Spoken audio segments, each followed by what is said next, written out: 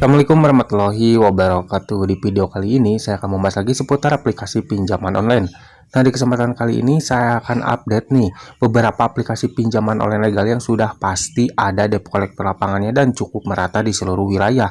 Karena ya seperti yang kalian ketahui, untuk aplikasi pinjaman online legal itu ada yang debt collector lapangannya merata, ada yang masih random, ada yang baru di daerah Jabodetabek. Nah, di kesempatan kali ini saya akan list beberapa aplikasi pinjaman online legal yang sudah pasti debt collector lapangannya itu cukup merata atau sudah merata.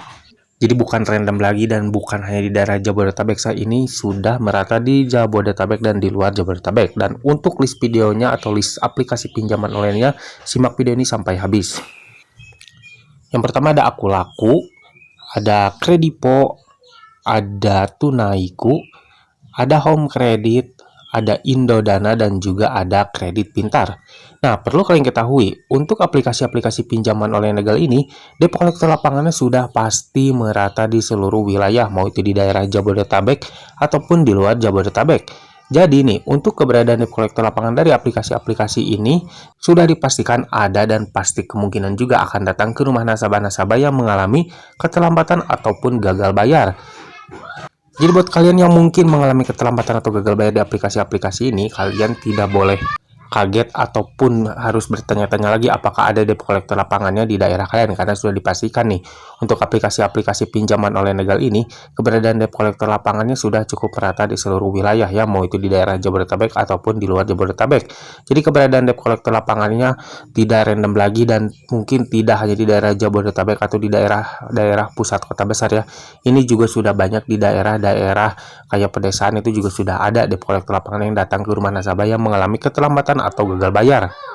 Tidak hanya itu, untuk aplikasi-aplikasi pinjaman online legal ini juga semuanya masuk ke SLIK OJK atau BI checking ya. Jadi sudah dipastikan ketika kalian mengalami keterlambatan atau gagal bayar di aplikasi-aplikasi ini, pastinya kalian akan mengalami yang namanya keterhambatan ketika ingin mengajukan pinjaman lagi di lembaga keuangan lainnya ataupun juga di bank ya.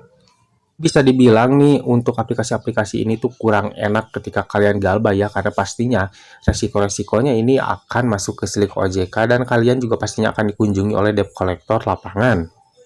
Jadi sebagai kesimpulannya, buat kalian yang mungkin mengalami keterlambatan atau gagal bayar di aplikasi-aplikasi ini, mungkin kalian dipersiapkan saja mental kalian ya, dan kalian juga dipersiapkan saja untuk kedatangan yang namanya debt collector lapangan ya. Dan kalian juga sebenarnya tidak boleh takut, tidak boleh panik ketika ada debt collector lapangan ya. Kalian harus tahu dan paham cara menghadapi debt collector lapangan dari aplikasi pinjaman online legal yang datang ke rumah kalian, agar kalian tidak merasa ketakutan lagi ya.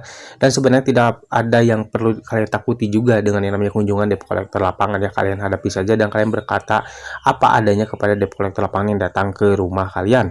Oke, mungkin sampai di sini dulu video dari saya kali ini. Semoga sedikit video ini bisa bermanfaat buat kalian. Jangan lupa like dan juga share ke teman-teman kalian, dan tetap dukung channel ini agar semakin berkembang dengan cara klik subscribe di bawah. Sampai jumpa di video selanjutnya. Assalamualaikum warahmatullahi wabarakatuh.